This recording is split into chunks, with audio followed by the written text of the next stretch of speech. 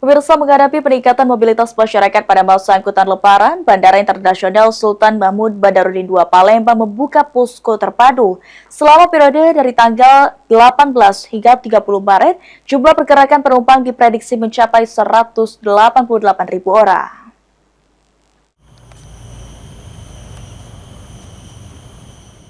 Menyambut meningkatnya mobilitas pada arus mudik Idul Fitri 1447 Hijriah, Bandara Internasional Sultan Mahmud Badarudin II Palembang resmi membuka posko terpadu angkutan Lebaran. Posko tersebut akan beroperasi selama 18 hari, mulai tanggal 13 Maret hingga 30 Maret mendatang. General Manager Bandara Internasional ISB II Palembang Ahmad Syauki Syahab mengatakan, posko terpadu ini dibentuk sebagai pusat koordinasi lintas instansi dalam rangka memastikan aspek keamanan, keselamatan, dan pelayanan bandara berjalan optimal.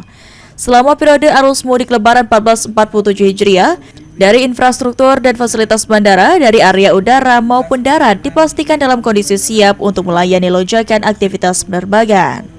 Menurutnya, puncak arus mudik diperkirakan terjadi pada H-2 Lebaran atau 18 Maret, sedangkan puncak arus balik terjadi pada H+7 Lebaran atau tanggal 27 Maret.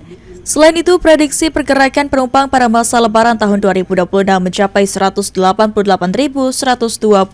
orang, meningkat 3,8% dibandingkan tahun 2025.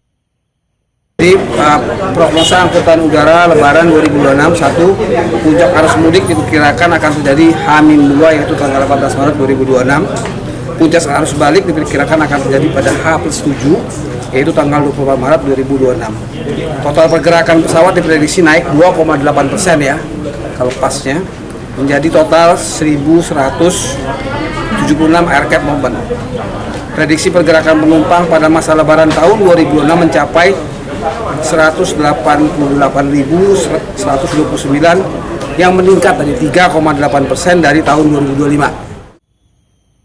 Melalui posko terpadu ini, seluruh pihak terkait akan melakukan pemantauan secara intensif terhadap jadwal penerbangan, jumlah penumpang, serta kesiapan fasilitas bandara guna memastikan perjalanan masyarakat berlangsung aman, nyaman, dan lancar.